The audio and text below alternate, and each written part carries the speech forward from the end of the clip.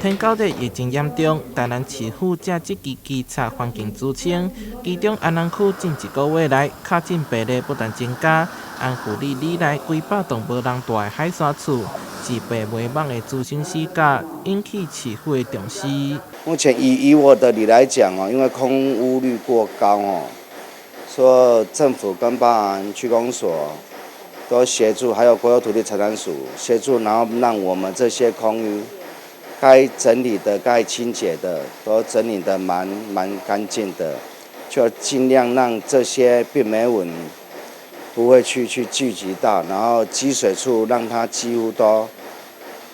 都没有啊，包含说投药也都有。台南天狗日病例上侪就伫咧东区，区公所会针对高风险的里全面巡查。其中大地里虽然里内确诊数无济，也毋过该里长表示，因为边仔就是认定疫情热区，所以一定爱加强资清。每个月、每天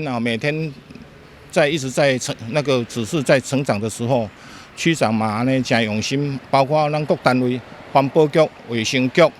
个市政府尤其区长的团队几乎每天都来这里，在做知青跟宣导，而且呢每天到我们有8次的这种跟国军的配合的室内外消毒，而且在总共跟环保局这边总共有16场的消毒。里长感谢市府康国军的协助，也提醒民众一定要做好巡倒清刷。若向相关单位发现周边有阳性资清员，相关开罚到6000块。目前台南天狗日病例已经突破6000例，市府各局处也会全力协助资清工会，共同防治天狗日疫情。台南新闻林跟杨顺怀采访报道。